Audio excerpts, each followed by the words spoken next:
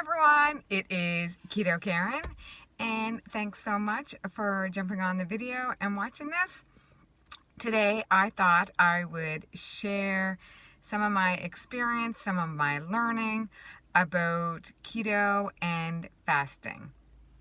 So I will rewind a bit. I had really bad hypoglycemia, and I started to try to do fasting a few years ago, and while I was doing keto, and I would not feel good, I would get shaky, and so I just kind of said, oh, women shouldn't fast, and oh, it doesn't work for me, but yet my husband was doing it and having amazing results. So I just kind of left it by the side. I stuck with eating like all day with my keto. I did get results with my migraines and my insomnia, and my thyroid markers got better. I still was having good results with some of the health markers, but I couldn't get that scale to move, and then I kind of plateaued and stopped seeing some of the other benefits. So I went on to do kind of smaller amounts of fasting, and I kept watching all of these other people. I kept doing things. So I learned a ton about insulin and a ton about how every time we eat, no matter if it's keto, fat, whatever, it still will create some insulin, which will create you to store that energy in the fat cell for later. So every time you're eating, whether or not, whatever it is, you are going to create insulin. Obviously, if it's a higher carb, higher sugar item, you'll be storing more. But I just kept doing it, and over the past year and a half, I've been fasting more, and I really started with the intermittent fasting, stopping eating at like 8 p.m. at night, and then eating until whenever I felt the next day. So typically it was around 11 to 12 at first, and then I started pushing it later to like 12 or 1, and I was really monitoring my blood sugars, and it just kept getting better and better and better.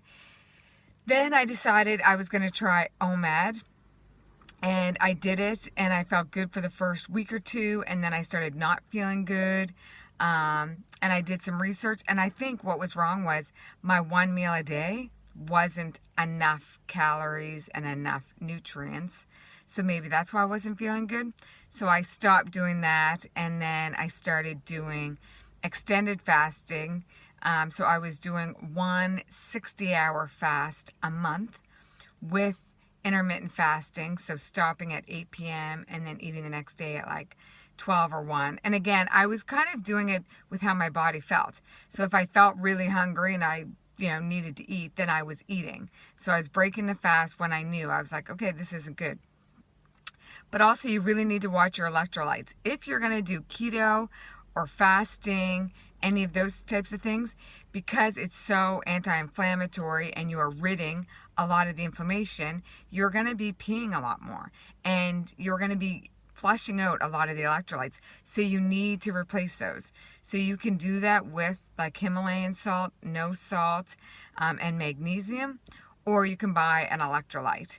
I know buying electrolytes are more expensive. There's different things, but I also know that some people hate the taste of drinking an electrolyte like water when you're adding your Himalayan salt, your no salt, which is potassium, and your magnesium to your water. It's very salty, and some people don't like it.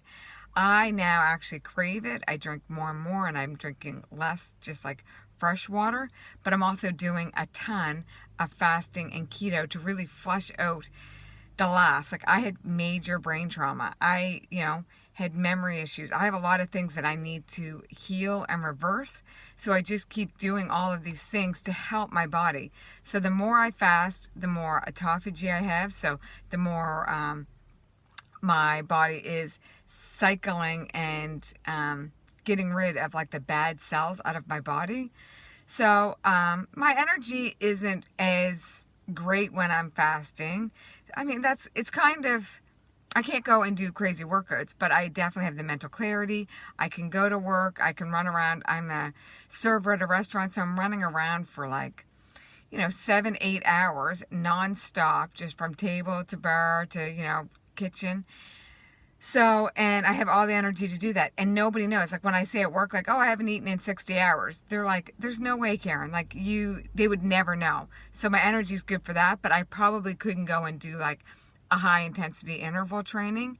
And that I still think is different for each person because we're at a different level. So right now I'm in healing phase. I'm really wanting to help my body.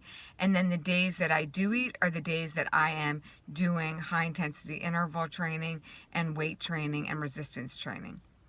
So I'm seeing amazing results, but I want people to know that if you first start intermittent fasting and you're not feeling well, don't push it so far. It's like a muscle. Just do it slowly. And like maybe at first, if you're doing like 3 meals and 2 snacks a day, maybe at first just go to 3 meals and cut out your 2 snacks.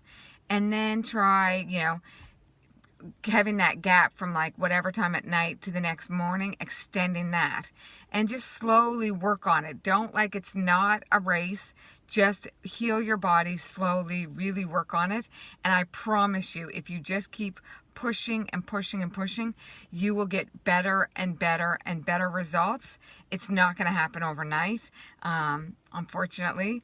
But I've noticed a drastic improvement in myself, and I have a ton of friends and family and community members that I am helping, and they're all getting the exact same results as me. We are all different, so you need to listen to your body, and just, work with your body and push it and, just tweak it to work for you.